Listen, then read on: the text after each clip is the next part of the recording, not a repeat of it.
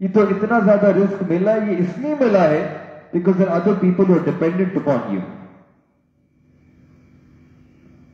چنانچہ رزق تقسیم ہوتا ہے کمزوروں کی وجہ سے. یہ اصول یاد رکھیں. اللہ تعالیٰ جو رزق ہمیں عطا کرتے ہیں وہ جو کمزور لوگ ہوتے ہیں ان کی وجہ سے اللہ تعالیٰ ہمیں عطا کرتے ہیں. تو یہ نہ سوچیں کہ میں کما رہا ہوں اور میں کھا رہا ہوں اور میں پیسے لا رہا ہوں، یہ تو گھر میں کچھ کر ہی نہیں رہے، یہ تو بیٹھے رہتے ہیں.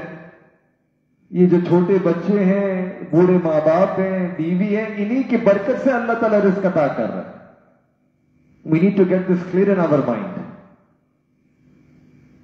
حدیث مبارکہ میں آتا ہے کہ رزق تقسیم ہوتا ہے ان کمزوروں کی وجہ سے.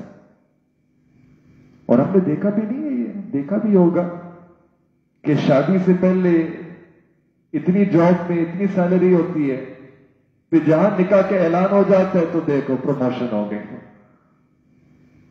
وہ پروموشن کیوں ہوئی؟ وہ برکت تھی. وہ انسان کو وہاں رزق پہنچانا تھا، اللہ تعالیٰ نے اس کی پروموشن کر دی، اللہ نے اس کا رزق کو اور بڑھا دیا. تو یہ اصول ہے، یہ ضابطہ ہے، یہ تجربہ ہے، آپ کر کے دیکھ لیں. بلکہ اسی وجہ سے ڈفرنٹ ٹاپک کہا جاتا ہے کسی کو رزق بڑھانا ہو تو شادی کر لینا، نکاح کر لے، اللہ اس کے رزق کو بڑھا دے. تو ہاں حقیقت ہے. جب ایک شخص صحابی تھے، نبی علیہ الصلوۃ والسلام کی خدمت میں آئے کہ اللہ کے حبیب صلی اللہ علیہ وسلم I'm needy، میں فقیر ہوں، مجھے کھانے پینے کی رزق کی ضرورت ہے.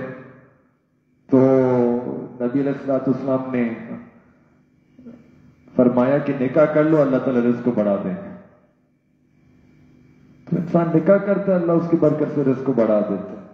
چونکہ جو بیوی آتی ہے وہ اپنا رزق خود لے کے آتی ہے.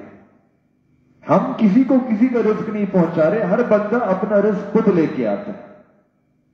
اور یہ رزق کا معاملہ تو ایسا ہے کہ ابھی بچہ پیدا بھی نہیں ہوتا، ماں کے پیٹ میں ہوتا ہے، اللہ تعالیٰ نے اس کا رزق لکھ دیا ہوتا ہے کہ شروع سے لے کے زندگی کے آخری وقت تک اس کو کتنے لقمے کھانے.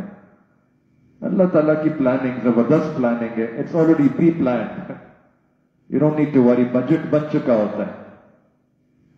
نہ اس کو ایک لقمہ کم ملے گا، نہ اس کو ایک لقمہ زیادہ ملے گا، کوئی چھین نہیں سکتا. یہ انسان کا رزق دنیا کے بینک اکاؤنٹ میں نہیں ہوتا، یہ آسمان میں ہوتا ہے. وہاں اللہ تعالیٰ کے ہاتھ میں پریزروڈ ہے، اٹس پروٹیکٹڈ ہے، کوئی وہاں ہیک نہیں کر سکتا سسٹم. تو جو رزق ہمیں ملتا ہے وہ صرف اپنی وجہ سے نہیں ملتا، اوروں کی وجہ سے ملتا ہے.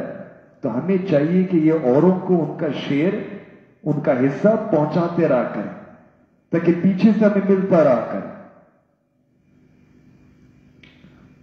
صحابہ اکرام ان کے اندر یہ صفت کوٹ کوٹ کر بھری ہوئی تھی. بہت سخی لوگ تھے، کھلے دل تھے، اللہ کی راہ میں خرچ کرتے تھے اور خوب خرچ کرتے تھے اور کھلے دل کے ساتھ خرچ کرتے تھے. یعنی تنگی کے ساتھ، بوجھ سمجھ کر نہیں، خوش ہو کر. یہ شریعت کا حکم ہے کہ جب زکوٰۃ بھی دو تو کھلے دل کے ساتھ دو کہ اللہ کا حکم ادا کر رہا ہوں، اللہ کا حکم پورا کر رہا ہوں. Be happy about it. Don't view this to be an obligation, a burden, a duty, a responsibility کہ بس میں کوئی بوجھ ہے جو کندھے سے اتار رہا ہوں. ایسا نہیں. کشادہ دل کے ساتھ انسان اس حکم کو پورا کرے. ایک دفعہ اب عائشہ رضی اللہ تعالی عنہ ام المؤمنین، ان کو کسی نے 40,000 درہم دیے.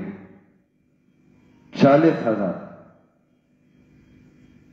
اور انہوں نے رات آنے سے پہلے مدینہ منورہ میں جتنے یتیم تھے سارا خرچ کر دیا. رات تک کا انتظار نہیں کیا.